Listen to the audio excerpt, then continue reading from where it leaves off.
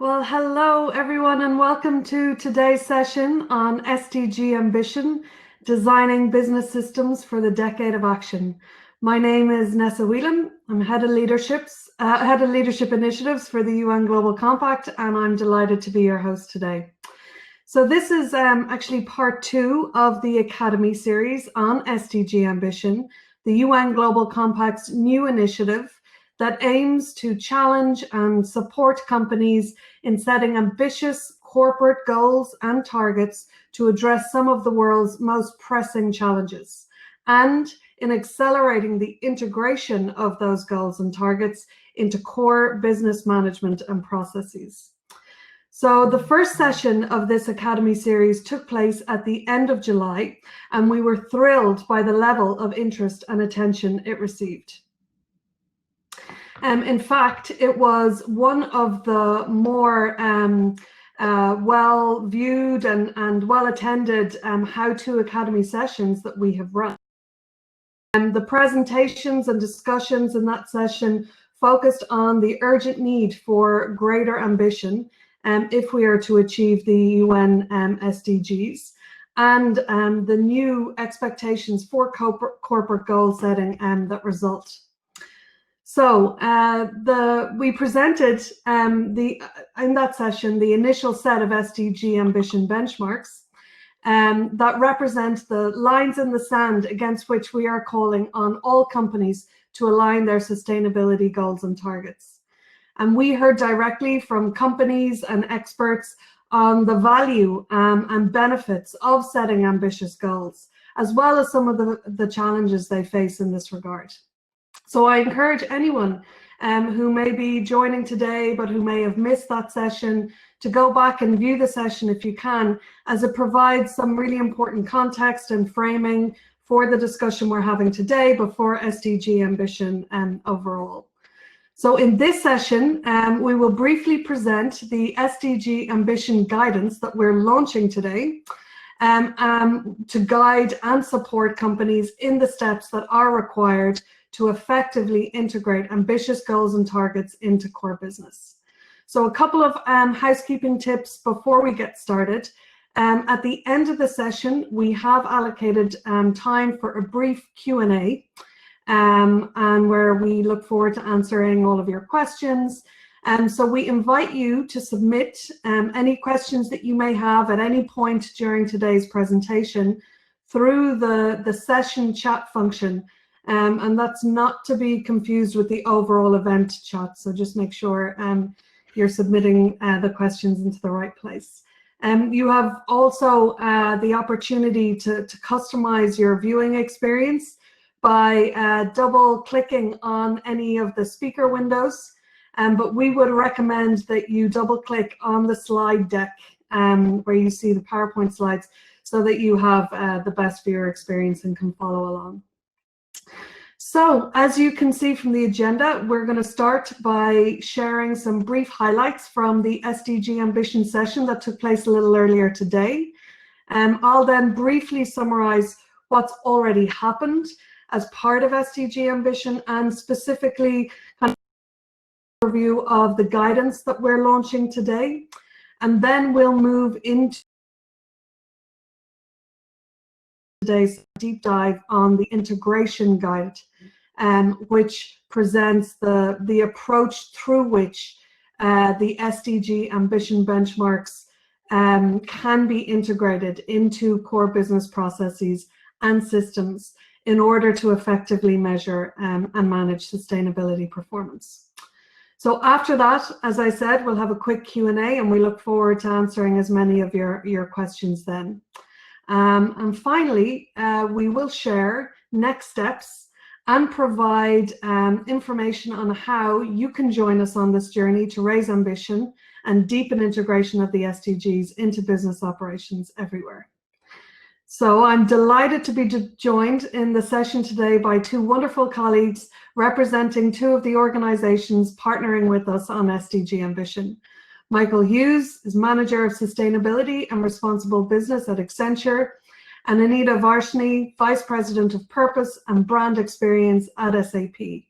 And I'd like to take this opportunity now to express our gratitude to Accenture Strategy and SAP for their extensive and continued support to the initiative, and to 3M, who's joining as a patron sponsor of SDG Ambition.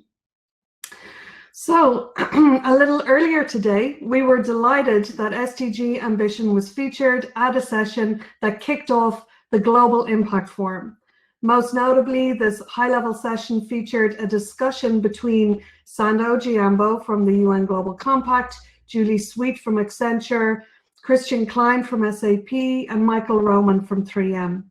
And the discussion served as the official launch of the latest round of SDG Ambition and issued a call for all business to join the initiative.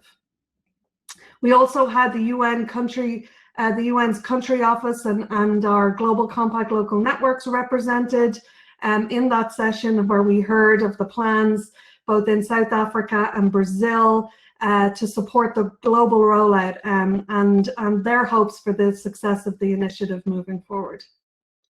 So some of the key messages that I took away from the discussion earlier was that we now have kind of a once-in-a-lifetime opportunity to change the business of business and to build sustainability into the implementation of business processes. And it's building sustainability by design, as Julie from Accenture said. And that doing this will allow us all to move faster, to change processes, and together to be able to provide the information needed to learn, to enable, and to act. We also heard that CEOs and business leaders have a responsibility to lead by example, to act and make a difference, and that when we come together with determination, we can take on the biggest challenges. And finally, if we have the humility to come together and learn from each other, we will generate the speed that is so critical to achieving a better future. So that's really what we hope to achieve with SDG Ambition, to bring people together to learn and accelerate the way we do business so that we can build a more sustainable, inclusive, and resilient future. So what's happened already within SDG Ambition? So just as a quick recap, SDG Ambition was officially launched in Davos in January this year, when we released the Scaling Business Impact for the Decade of Action publication, which essentially serves as kind of the introduction to SDG Ambition. It features the SDG implementation framework, which aims to guide companies on how to deepen integration of the SDGs and the 10 principles into business governance, strategy, operations, and stakeholder engagement. Then in June, on the occasion of the UN Global Compact Leaders Summit, we launched an initial set of 10 SDG Ambition benchmarks for consultation. Now final, this initial set of ambition benchmarks form the core of the Ambition Guide that we're launching today, and represent the line in the sand, as I mentioned, that we want all companies to align the level of the ambition level of their own goals against. So the SDG Ambition Guide really challenges organizations to move away from business as usual and to set strategy and goals aligned with what is actually required to achieve the SDGs.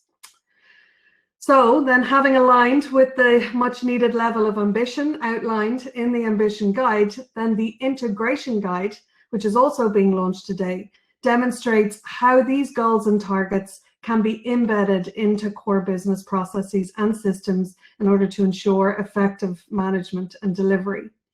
And finally, the SDG Ambition Benchmark reference sheets, which are being launched today for consultation, provide illustrative details of this integration approach for each of the individual benchmarks. And we'll be working with partners and stakeholders over the coming months to refine and finalize the guidance within the reference sheets. So the guidance developed and presented in each of these elements now serve as the basis for the SDG Ambition Accelerator Program that we're rolling out over the coming year. And we'll tell you a bit more about our plans for that and invite you to join us on that journey a little later. So hopefully many of you will already be familiar with the SDG Ambition benchmarks, which we launched, as I mentioned, back in June. And in order to come up with this initial set, we first identified where business action will be vital for achieving the SDGs by 2030. We then also researched existing goal-setting practices, pulling from that the best of current metrics, benchmarks, and scientific evidence. We selected areas that could be framed to be impact-oriented and absolute in nature, with clear quantitative measurements. And then we also focused on areas that were broadly applicable across industries and geographies. So we hope over time to add to this initial list as science evolves and consensus is reached on the establishment of absolute thresholds in other areas, including on human rights, on nature, etc. And we're following developments that are happening with other stakeholders and partners in the space, and hope to be able to expand our list over time with those. So we hope that the ambition benchmarks will inspire companies to move from incremental action, where they compare themselves against the competition or against their own past performance, to really transformative action, where they stretch themselves and set goals that are at the level of ambition really required to deliver on the SDGs. So while we touched on this now in more depth in the first session of the series, I want to just briefly reiterate some of those points, and specifically the arguments for more ambitious goal setting, and particularly from a business value perspective, because I think by now we all understand kind of the moral case for urgent action if we're going to be able to address the global challenges and meet the SDGs. So why, from a business perspective, should companies be more ambitious in their goal setting? Well, increasingly, stakeholders are expressing a desire for this. Among investors, for example, an increasing share of mainstream investors are going beyond just looking at ESG inputs and outputs and seeking to actively shape SDG outcomes. And at the PRI, we see more and more signatories wanting to understand sustainability performance in the context of societal norms and planetary thresholds. Consumers also favor brands that align with their values, a sentiment that has been heightened by COVID. 68% of consumers now say that the coronavirus pandemic has strengthened the need for greater business involvement in improving social and environmental outcomes. Setting goals and setting ambitious goals can also serve as an important catalyst within the firm to create not only awareness, but also more engaged and motivated workforce. So, for example, Unilever achieved 100% success rate for their zero waste in manufacturing goal by offering geography-based incentives and engaging local teams to create a zero waste mindset. And in this way, they quickly achieved their goal of zero waste 6 years ahead of schedule. Moreover, an environment where employees can contribute to bold targets can help companies engage and retain their workforce, which is so important these days. So the SDG Ambition Benchmarks offers real opportunities to differentiate and to create competitive advantage through external commitments and innovation. And for example, we have stakeholder pressure is for climate action is really driving corporate momentum in that space, making the 1.5 science-based target a minimum expectation for climate leadership. So before handing over to my colleagues now who are going to take us through the integration approach in detail, I do want to take this opportunity to just quickly emphasize again that key to achieving the SDGs and the SDG Ambition benchmarks is behaving and operating in alignment with the 10 principles of the UN Global Compact.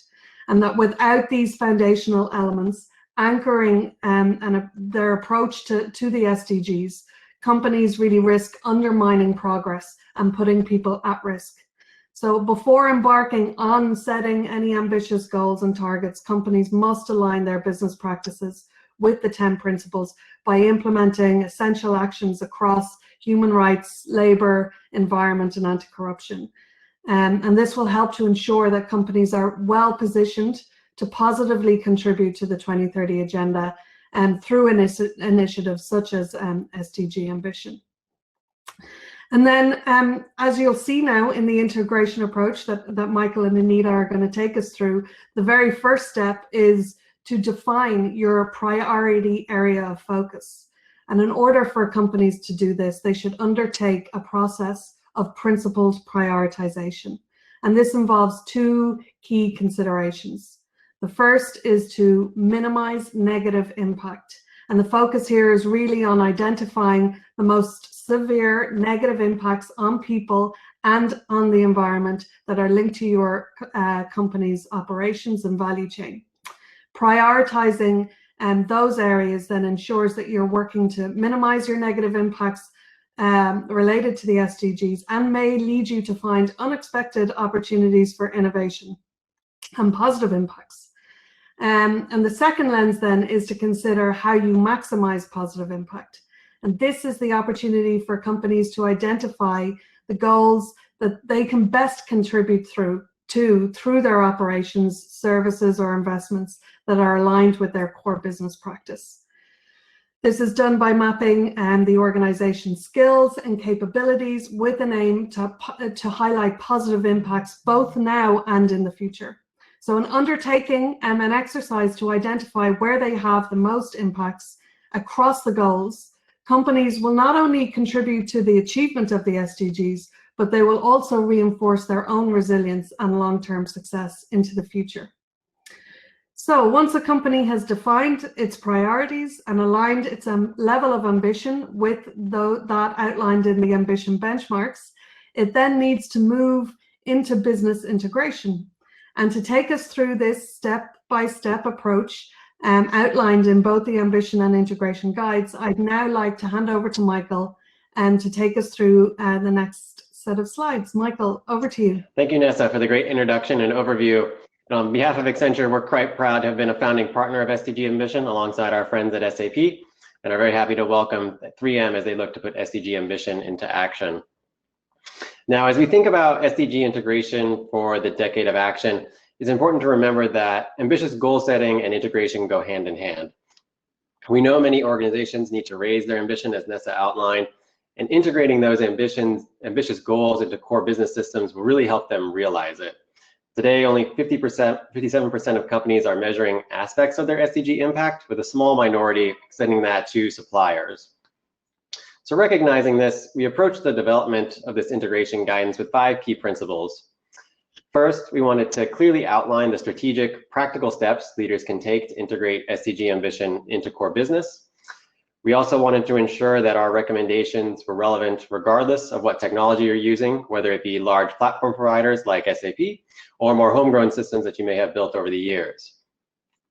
Thirdly, as Nessa outlined, one of our core tenets of SDG Ambition is to make sure that our guidance is broadly applicable across geographies as well as industries, and we try to keep that true in the integration guidance as well. Now, on the fourth point, and one of the most frequent questions we get asked is SDG Ambition a new reporting standard? So let me just be clear, it is not. We have pulled from leading standards to inform the overall approach, but each business should really align these to their established reporting standards, whether that be GRI, SASB, SBTI, or others, to really make sure that it aligns to their business context. And finally, and the ultimate goal of this is really we wanted to facilitate the necessary dialogue between business and their technology partners to build the next generation of solutions for the SDGs. So if we move on to the next slide, as we think about sustainability management for the decade of action, with those principles, we thought it'd be helpful to share a few thoughts on how companies are trying to transition to be more data-driven in their decision-making, and how we put sustainability and social responsibility data on par with other business metrics. And this comes down to 3 primary evolutions we're seeing at companies. Firstly, we see a move from more static data collection, where we're looking retrospectively, typically as this annual CSR report needs to be drafted, to really building systems that capture data in real time, allowing decisions throughout the year. As an example, if you're just measuring water usage through checking your bills at the end of the month, there's really an opportunity to use smart metering and sensors to check, what is your water usage in real time, This would allow you to be more rapidly responsive to changing business conditions, or even detecting simple things like leaks and trying to fix those quickly so that you're saving money and not wasting water. Secondly, we're also seeing a move from aggregate data, such as tracking waste at a facility or a factory level, to really moving towards granular data, where you might be tracking waste by a particular product or a stage in the production process. And this really allows for more targeted decision, where you have a material opportunity to really improve operations and kind of how you're running your business. Finally, sustainability data can often be siloed by business unit or geography, but we really need to have a move towards integrated and cohesive data sets across the business. If we think about a target such as gender balance, it's really difficult to achieve that if the data is sitting with individual HR managers around the company. We really need that holistic view to bring it together and really think about how we drive that goal forward. So with those pieces in mind, let's come back to that SDG Ambition approach that Nessa shared briefly a little while ago. So the SDG Ambition approach is broken into two primary sections of raising ambition and business integration, which form the two foundational pillars of the program. So I'm going to cover things at a high level, and then my colleague Anita will take us through a detailed example. So here we have the raising ambition section, and this consists of 4 primary steps, with step 5 serving as a bit of a bridge to the integration section. Now in step 1, as Nessa highlighted, we really want to identify the relevant benchmarks based on priorities. And companies really need to identify the important areas where their business can deliver positive impacts for the SDGs while minimizing any potential harm. So once you've determined those priorities, you should really take that principle-based approach outlined earlier, along with considering the business value potential of those priorities. Once you have that strong understanding of your current impacts and opportunities, you would want to move into step 2, establishing your new goals in line with the level of ambition we've outlined in those SDG Ambition benchmarks. This would include, trying to determine the scope of your goal. So trying to move beyond just considering your operational impact to potentially changing your products or services, and as well as maybe thinking about how it impacts the overall value chain. And you really want to make sure you also have a clear timeline. This may include some interim milestones to help you get there, but you want a really clear delivery date that you are accountable for. Now, as we have those ambitious goals in place in step 2, we would want to start to think about what are the various pathways we can take to achieve that goal in step 3. If we consider waste, you could either reduce the amount you're generating or find ways to reuse or recycle those materials. And that's what we would really consider a pathway. It's kind of those large groupings of activities to achieve the overall goal.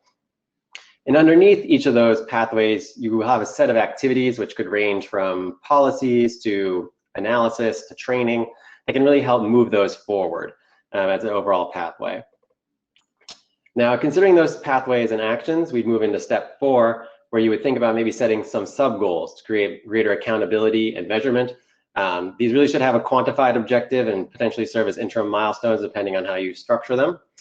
So as an example, if you consider a net positive water target, you might want sub-goals around items like water consumption, treatment, or access to really help achieve the overall goal of net positive water. So that would kind of help you get there in different ways. Now, finally, in step 5, as we transition to business integration, we need to consider performance metrics. Now, again, as I mentioned, we are not prescribing any metrics or KPIs as part of SDG Ambition, and some directional ones inspired by the leading reporting standards. These are quite key because they influence both the decision-making organizations need to undertake as part of the overall ambition, but also the specific data flows we'll be discussing as part of integration. So this really encompasses the first part of the SDG Ambition approach. So with those 5 steps in mind, let's jump over to the 3 remaining steps on the business integration piece. So as we move into business integration for SDG Ambition, this is really the key theory of change for the program. We want to take those ambitious goals and really integrate them into technology systems to enable easier and more measurable management of sustainability. So after we've defined those performance metrics, we really want to understand what are the processes needed to collect and track that data for those metrics. This requires both an understanding of where is that data? Does it sit in an HR system or a manufacturing system? But also it's important to understand what is tracked today and where are the gaps that need to be addressed where it isn't being tracked. This would also need to be paired with an understanding that you have to have clear roles and responsibilities to make sure that this data is being managed and really used across the business to really promote greater transparency and accountability across the organization. Now, as we move into step 7, the system opportunities really represent the opportunity to build intelligent systems that deliver more automated data collection and really greater insight and action for you. To achieve this, you need to understand where you are today, so understand your current technology systems, what are they delivering in terms of functionality, and what might you be able to achieve with some minor integration work. That kind of helps establish a baseline for you of kind of where you are today in terms of technology capabilities. But then it's important to start a dialogue with your current technology providers to understand what might be coming in terms of solutions, or could you potentially influence that product roadmap based on what you need for your business. But even that may not be enough. You may need to kind of explore other options, talk to other platform solutions, or look at emerging technologies to really help meet the needs of your ambition. And I think, you know, that dialogue is really what we strive for as part of this integration piece. And that really brings us to the last step, these key design decisions, or KDDs. Now, companies should not think about these as one key decision you need to make. Rather, KDDs should guide a discussion on how you practically build systems to manage performance against the SDGs. It's fundamentally about unlocking those system opportunities. You know, if a technology has the possibility to help us deliver on an ambitious goal, how do we design it for that purpose? And how do we engage our technology partners in that discussion and in that process? So that's the SDG Ambition approach at a very high level, and we'll walk through an example here momentarily to help bring it to life. However, I did just want to spend a couple minutes speaking to the needs of smaller and medium enterprises. So we recognize that SMEs face a different set of challenges when it comes to technology and integration, in particular around the financial resources required to integrate into business systems. And I think this may require a slightly more targeted approach in the issues you address. So you may need to just focus in on the really most impactful issues to help make the most of your resources. But the guidance we're providing should still be applicable as you have those discussions and make those decisions. And we do think there is an opportunity for SMEs to use this as a competitive advantage to build not only a more resilient business, but to align their products with more socially conscious customers. Additionally, you know, I think there are opportunities as we think about building these systems to really partner with other organizations to develop solutions that maybe help understand sustainable performance across the value chain, where those costs and benefits could really be shared. So it's not a single organization having to foot the entire bill. So I would encourage businesses of any size to consider the guidance we're releasing today and adapt it as your business context really requires, and make the most of what you feel is most helpful for you. So with that, I'd like to pass it off to Anita to take us through an example and really help bring it all to life. So Anita, over to you. Thank you, Michael, and thank you, Nessa. Yes, it has been such an incredible partnership with UNGC and Accenture so far, and so excited to have 3M join our efforts as we scale this project further ahead into the regions. So I'm glad to join here all of you, and I will take you through an example of what the approach which has been explained by Nessa and Michael today in our call. Before I start with the example itself, I would like to highlight that there are 10 reference sheets, one for each of the benchmark, where we have shown examples on how you can start your transformation journeys on the 8 approaches which Michael just showed to you. So today, I would just cover the most important one being talked around in this week, and that is around the 1.5 ambition. So if you are looking at the science-based emission targets, which I think most of the companies today are, whether it's the big companies of the world who are setting the moonshot targets of being carbon negative, or the other companies who are trying to achieve the carbon neutral goals, I think the companies do understand more than ever that why this is ultimately a target which each company, no matter what the size, should pursue. And I think Nessa mentioned earlier when she was explaining about what are the business benchmarks are you trying to prioritize for your company and go after. So let's say if your company is looking after these emission targets, you have a look, okay, this goes across your operations, your products, and across the value chain. From a timeline perspective, of course, it's a bigger timeline because you are looking within your production supply chain as well as the emissions happening across outside within your suppliers or your vendors or even your customers. Science-based targets, it's a great place to start where you actually know how the companies are committing to set these targets within these companies and taking action. So if you are starting in your journey on the emissions, I would highly encourage you to check the different movements on the website, the different programs, as well as how the companies are stepping up the action. So here, typically, where the companies are starting with understanding that what are the scope that they want to go into. So here, if you go to the next slide, we can talk about different scope of emissions across the supply chain and how you can measure them. So if you look at the ambitious companies, what they're trying to do is that if they have already been considering this problem for a long time, they're looking at right from 1, 2, and 3. But you can also think about how are you today having the emissions coming from within your company, within your products and services. And then you look a little bit outside with the level 3, where you see what is happening across your supply chain. So here, what it really depends, we are trying to focus on the first area here, where you are looking at reduction these emissions. Michael also mentioned on looking at the other side, where you have a positive impact on the environment. And here you look at how you can decarbonize the environment by perhaps taking back the impact, the negative impact that you've caused so far. So here you look on what are the nature-based solutions or what are the technologies available. At this level, together with your team and colleagues, what you're trying to do is trying to identify which are the broad pathways that the company must pursue, where possibly we can measure, track, and ultimately implement to get the data from outside our systems. If you go to the next slide, Pia.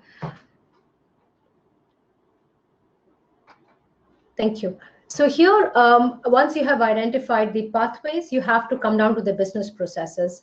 Here is where it gets a little bit messy. Sustainability metrics especially are the ones who are running across processes. And here we deeply have to look not just the siloed data in one department or in one team, but in fact, what is happening across different modules, different teams.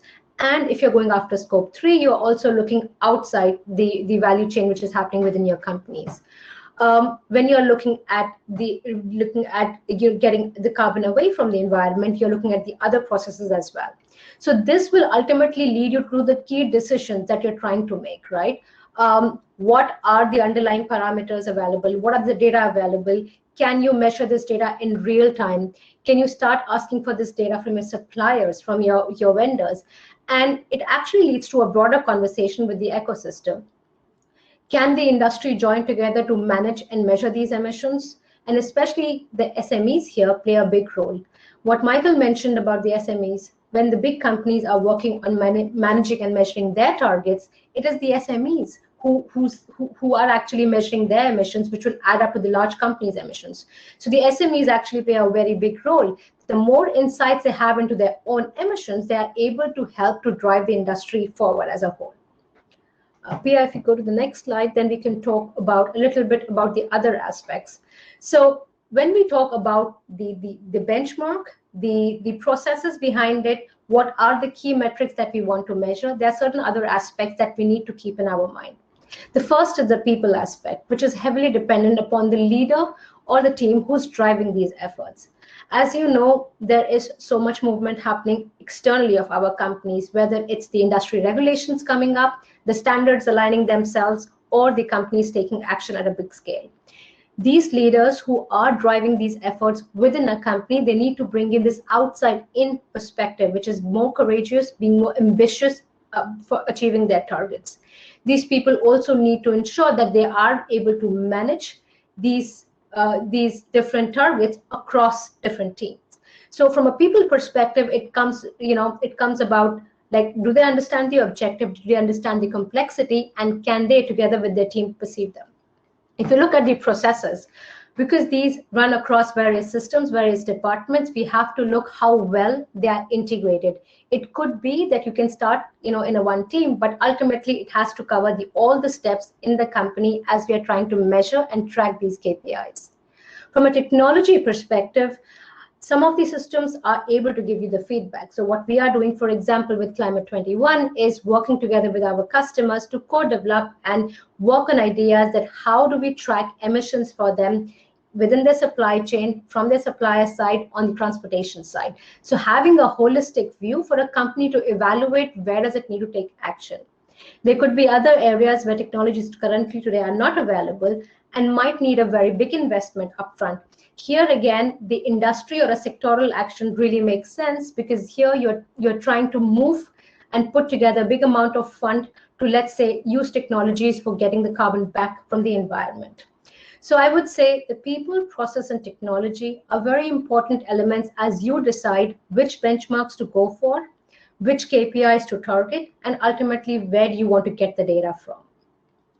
Finally, I would talk about, Pia, if you go to the next slide, we're going to talk about that when we have considered these 10 business benchmarks and created the reference sheets, what we have tried to ensure is also give feedback on how complex it is to look at the people aspect of how complex from a process view and from a technologies view. So if I just take the water-based target, for example, right, it could be that technologies today are already available. You can use IoT, you can use sensors, you can identify different ways to actually get how much of the water is being leaked, how much of the water is being used from the environment versus given back. But from a process perspective, from a people perspective, does that exist today? And those are the key questions that you might want to ask yourselves when you are going behind achieving these business benchmarks. So with that, I would like to summarize and say that with these 3 guides, they are helpful for you to design your own journey as you select which targets do you want to go after, what are the pathways do you want to follow, what are the underlying business processes that you will need to bring together to actually show data on those metrics, and what kind of technologies are needed. So with this, I think I will hand it back to Nessa, who will talk to us about the Accelerator Program, where you will understand how companies can join the program together with 3M, Accenture, and SAP to walk this journey with us. Over to you, Nessa. Thank you. Thank you very much, both Anita and Michael, for taking us through the integration approach in detail. And now, and just to say, actually, before we go any further, all of the slides that you've seen today are based on the guides that we've launched. So I know some of them are quite small on the screen, and you would have been squinting to look at the detail. So encourage everyone, if you're interested, to go to the SDG Ambition page on the UN Global Compact's website, where you can find all of the guides, the Ambition Guide, the Integration Guide, and later today, the individual benchmark reference sheets form all of those details. So now we hope that you and our audience are also going to join us on this journey.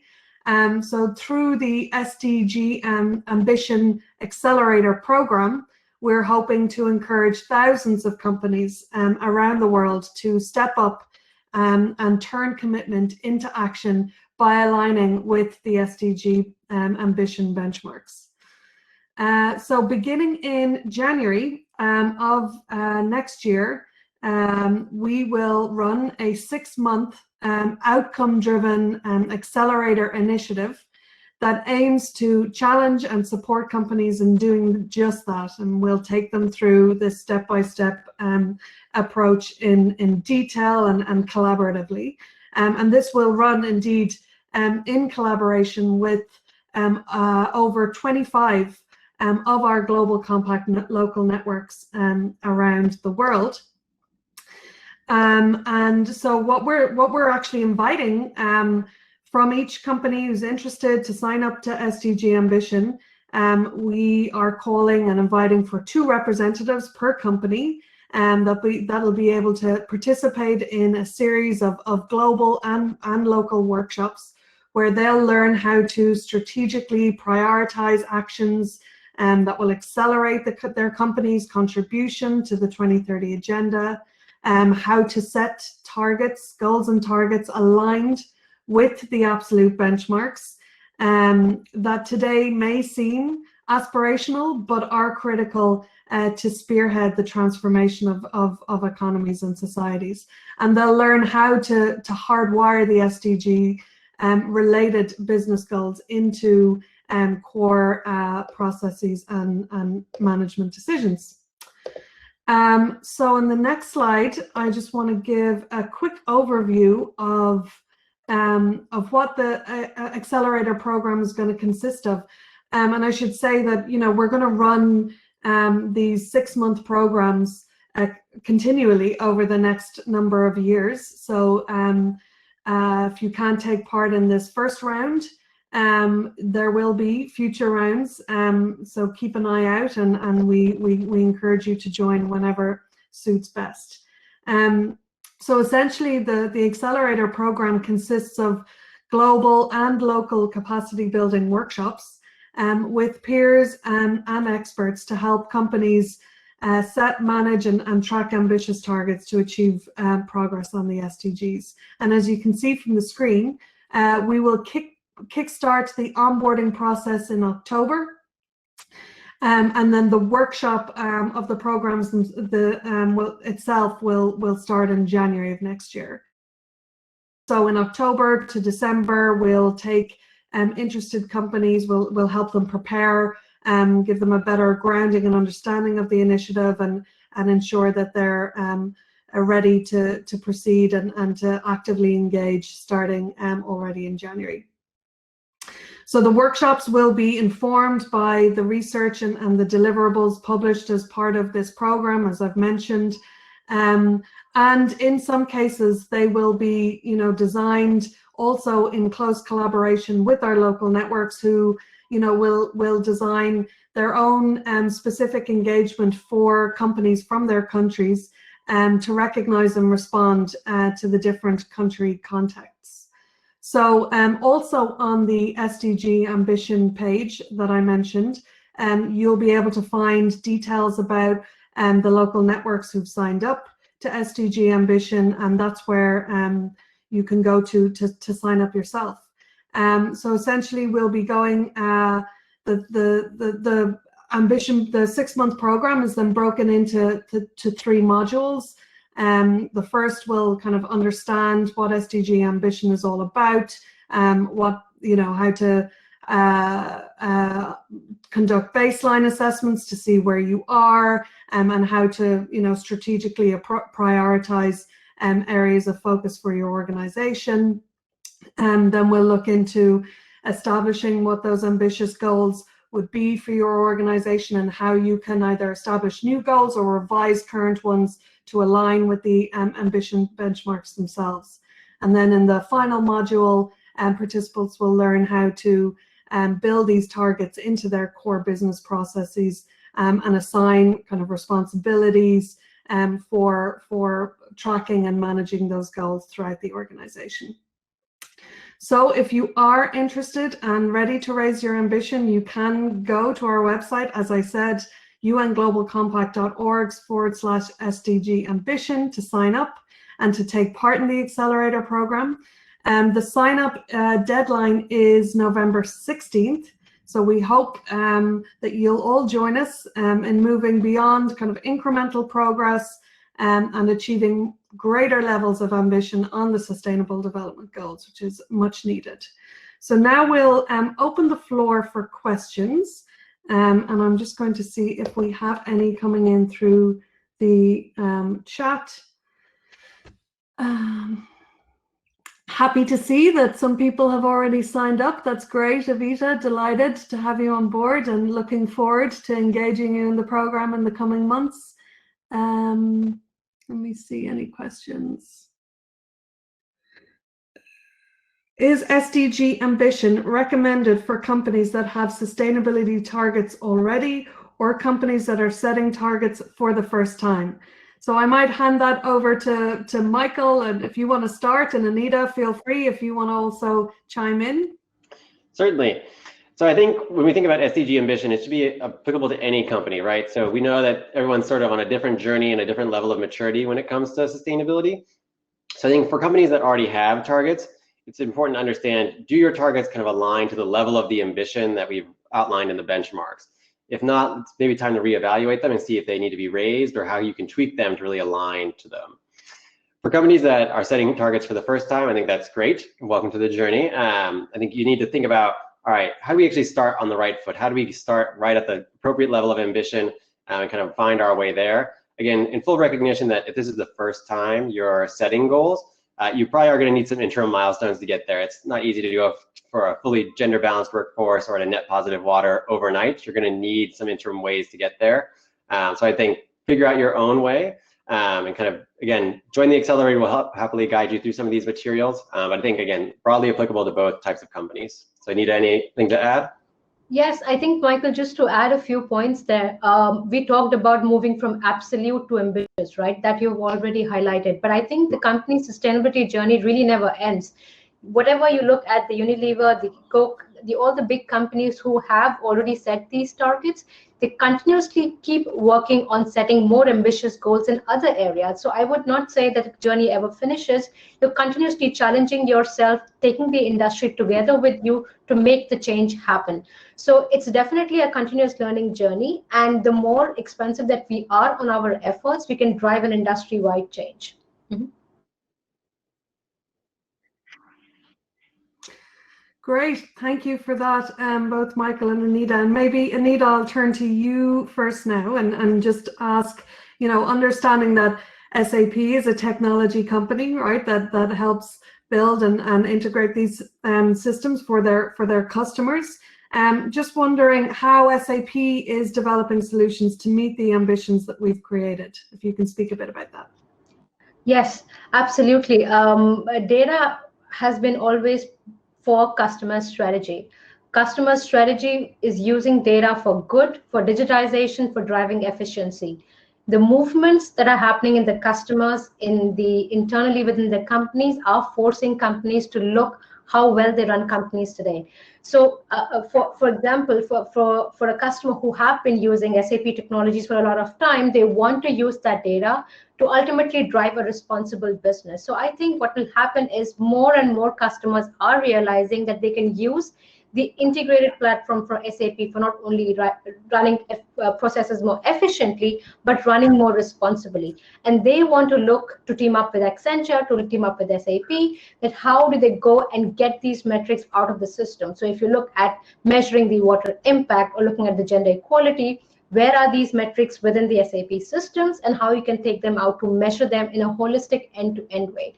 So technologies ultimately help drive business strategy. And with this approach that we've described in the SDG Ambition, we are empowering companies to start that journey from a business process to a pathway, so that ultimately when they're coming to the systematic level, we are able to help them with the data that they need, whether it is within the company or it lies outside the ecosystem, where sometimes you might need to team up with the other partners, the small or the big players, to get data through apps and things like that. So I think technology would continue to play a big role, and it is the white space here now. When the movements already happen, the companies already know that they have to go behind these targets. It's the how, and that's where technology, I think, would play a really big role. Great, thank you, Anita. Michael, I have one for you. Just, you know, reflecting back on your slide about SME and applicability for smaller companies, how would taking action on a specific benchmark look different for either a multinational or an SME company? Can you speak a bit about that? Sure. Yeah, that's a great question. And I think, so if we think about a multinational and kind of what we've seen just from our own client work, is oftentimes, you know, they have the large amount of scale and they have these tools already in place, or they're undergoing transformations. So I think they have a lot of ways to influence product roadmaps that really can carry across to organizations of any size. And oftentimes what we'll find is that multinationals have the ability to really rally their industry because they share the same challenges, right? Obviously they are competitive, but you know, consumer goods companies face very similar challenges to financial services, to other organizations. So it's helpful to kind of hear from your peers and kind of work together to really try and build solutions that benefit the whole industry. Again, we're all competitive and that's fine, but I think we all recognize that we need to be on a sustainable planet in order to compete. I think most multinationals have that ability to really influence the overall product roadmap. So that would be one way to think about it. From a small and medium enterprise perspective, I think as we look through those overall pathways and the example Anita walked through, you know, it's important to maybe focus in on the areas that you feel are you're most impactful and that you have the most control over. Again, you may not be able to take everything that's in there, And that's totally fine. I think we recognize that you're going to need to focus on the areas you have the greatest amount of impact. So I think it's about focusing your efforts and using your resources in the most intelligent ways. And again, to the point I also hit on, I think it's also about partnership, right? Similar to how multinationals would kind of rally the industry, I think it's important to work with your customers and maybe your own suppliers to figure out what are they working on. Could you kind of pair up and join as a group and kind of work with your technology companies to provide a unique solution for your needs? So I think that would kind of be my suggestion. And then Anita, I don't know if you have anything to add from your Yes, work across the world. and look at the scale, right? Whenever you look at the SMEs, the biggest thing on their side is that they are not dealing with the huge layers of organization. They can scale rapidly within the targets, and they can go wider on targets. However, big companies have to go probably 1 or 2 benchmark, but smaller companies can take action, they can scale it, and they can find different partners to actually make a real movement happen. So I think the size works in their favor when they're trying to show an impact over a short period of time compared to a company which might take a bigger company which might take definitely longer. Great point. Thank you. Yeah, both very good points. Thank you to both of you. So another question that we have, and I think we've had in the past actually, is, you know, do companies have to sign up to all of the 10 benchmarks, or how do they assess where they currently are based on the 8-step approach? Yeah, if you want to share some reflections on that. Sure, so I can kick us off. I think in regards to whether you need to select the 10 or certain select ones, I think it is trying to find the ones that are most material to your organization.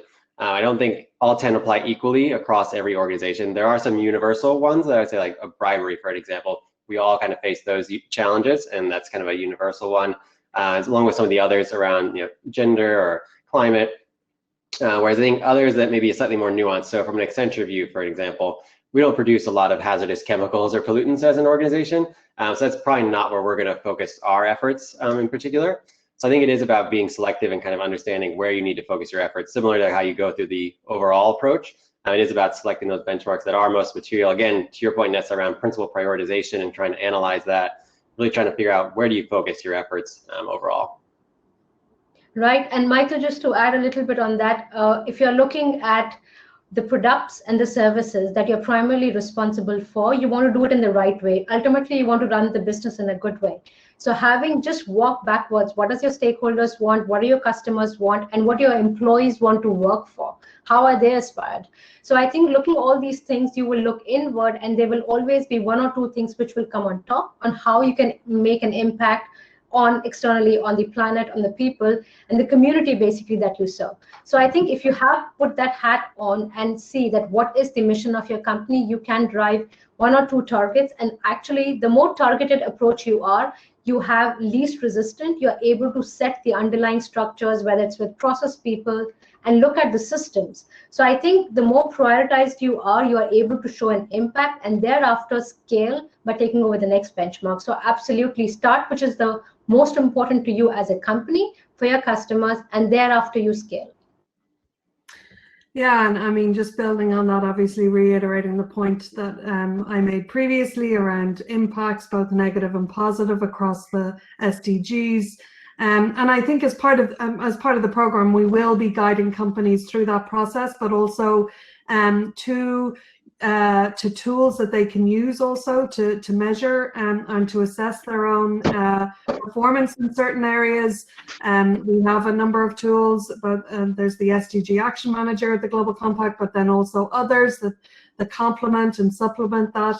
And we'll be happy to share that with the Ambition participants as part of the program. I think another important point to raise, and it's a good question that came in, is who from the company should sign up to the Accelerator. I know I mentioned 2 representatives, and sorry for not providing further detail there, but I think what we would like to see is, you know, a representative. The reason we want to is that we'd love someone from, we're looking for someone from the strategy and sustainability department who has like responsibility and oversight and to goal setting within the organization. And then we're also looking for a colleague from the information technology area, who's responsible for kind of embedding these different data points and systems within the organization. So from the information technology department or M&E, they're the types of colleagues within each company that we would like to have engage in these discussions, so that it goes beyond the sustainability colleagues and really is embedded within relevant colleagues within each company. In terms of the time commitment, we are planning to, we're running workshops. So the modules are 3 workshops that's run over, so it's a 24-hour period for those workshops, over 4 per month. Or 4 per module, I think it is, right?